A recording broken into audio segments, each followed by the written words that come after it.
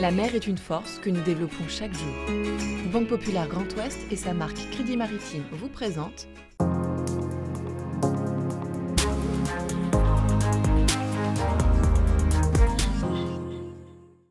Bonjour à toutes et à tous, bienvenue dans Ma Planète Bleue saison 2. Cette année, nous irons de nouveau à la rencontre des femmes et des hommes qui s'engagent pour la préservation des océans. Découvrez dans chaque numéro les richesses de notre littoral maritime. Après un été marqué par de grands rendez-vous festifs et nautiques partout sur le littoral, direction le Forum économique breton dans ce numéro de rentrée, à la découverte de deux entreprises qui innovent en utilisant les énergies marines.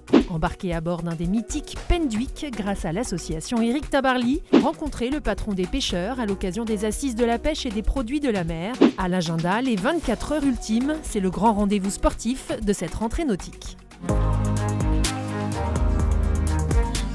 Ce prototype, c'est une digue nouvelle génération, capable de créer de l'énergie grâce à la force des vagues. Le projet Dikwe, présenté dans le cadre du Forum économique breton, doit permettre de produire de l'électricité tout en protégeant le littoral. En Bretagne, on a quelques ports avec des digues très exposées, donc ça, clairement, ça nous intéresse. L'idée, c'est de faire bénéficier le port ou la commune, si le port est pas de très grande taille, pour que les usages internes du port, l'industrie, la mobilité, etc., bénéficient de cette énergie locale, décarbonée, indépendante de toutes les considérations géopolitiques du monde. Autre innovation présentée dans le cadre du FEB, Life a pour but de produire de l'hydrogène vert et renouvelable et s'intéresse même au maritime, puisqu'en 2022, Life a ouvert le premier site pilote de production d'hydrogène en mer au monde. Il faut absolument avoir de l'hydrogène vert en Bretagne. S'il n'y a pas d'hydrogène, il n'y a pas de station-service, il n'y a pas de bus à hydrogène, de camions à hydrogène, de voitures à hydrogène. Le premier pas pour nous, ça a été de construire une unité de production au centre du Morbihan, à Buléon, qui va permettre de distribuer de l'hydrogène depuis Brest jusqu'à Vannes.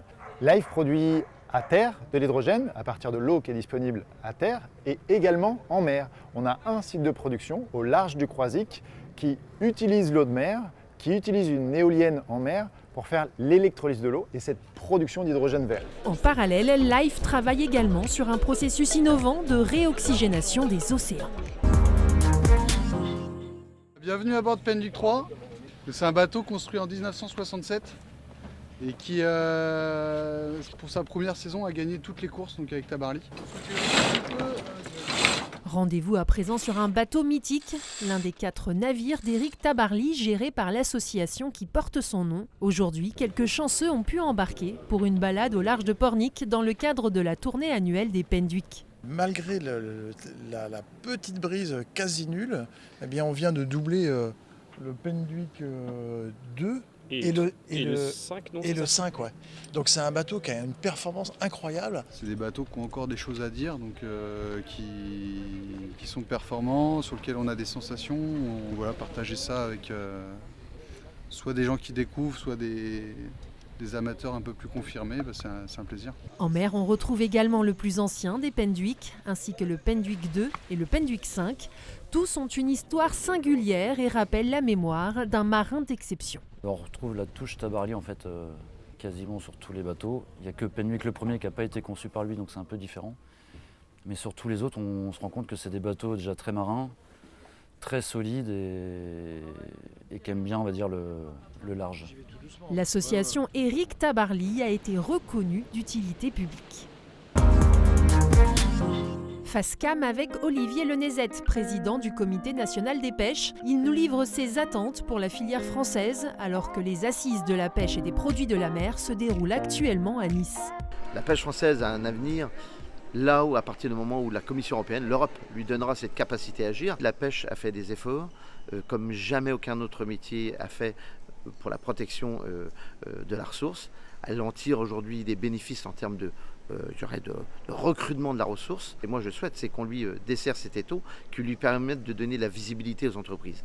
Et là, beaucoup de jeunes ont cette passion du métier de pêcheur dans les veines. Il faut leur donner cette capacité à agir. Soyons là pour protéger et non pas conserver l'océan. Protéger la qualité de l'eau est un enjeu majeur aujourd'hui de la pêche française. 5 géants vont prendre le départ des 24 heures ultimes le samedi 30 septembre. Ce sera le dernier affrontement en double avant la Transat Jacques Vabre. Des runs de vitesse sont prévus dès le vendredi, à admirer au large de Lorient et de l'Armor-Plage. On se quitte avec ces mots d'Éric Tabarly, à l'honneur dans ce premier numéro de la saison. Naviguer est une activité qui ne convient pas aux imposteurs. Dans bien des professions, on peut faire illusion et bluffer en toute impunité. En bateau, on sait ou on ne sait pas. Bon vent à tous!